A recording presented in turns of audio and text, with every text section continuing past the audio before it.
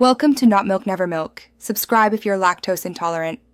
You start in Settings because the Apple Music Equalizer lives there, not in the Music app. Tap Settings, then scroll to Music. Once done, make sure you're signed into the correct Apple ID and that Apple Music features are active. Otherwise, the EQ can still apply system-wide, but you want consistent behavior. Next, find Playback and the Equalizer entry labeled EQ. You're now positioned to choose a preset that alters frequency balance for louder bass, clearer vocals, or a flatter response. You'll see many presets arranged by purpose. Selecting one instantly changes how music sounds system-wide. Start with something close to your goal, bass booster for thump, vocal booster for clarity, and then play a familiar track. As you cycle presets, listen for changes in low-end punch, mid-range presence, and treble sparkle.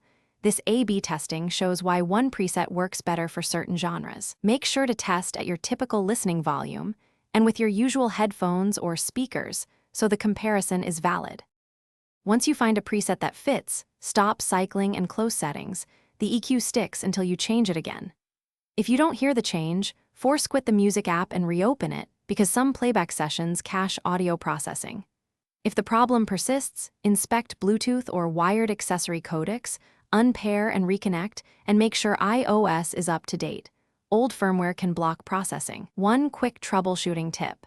Test on device speakers to confirm whether the issue is accessory-specific before deeper diagnostics. Thanks for watching. If this was helpful, leave a like and consider subscribing. See you next time.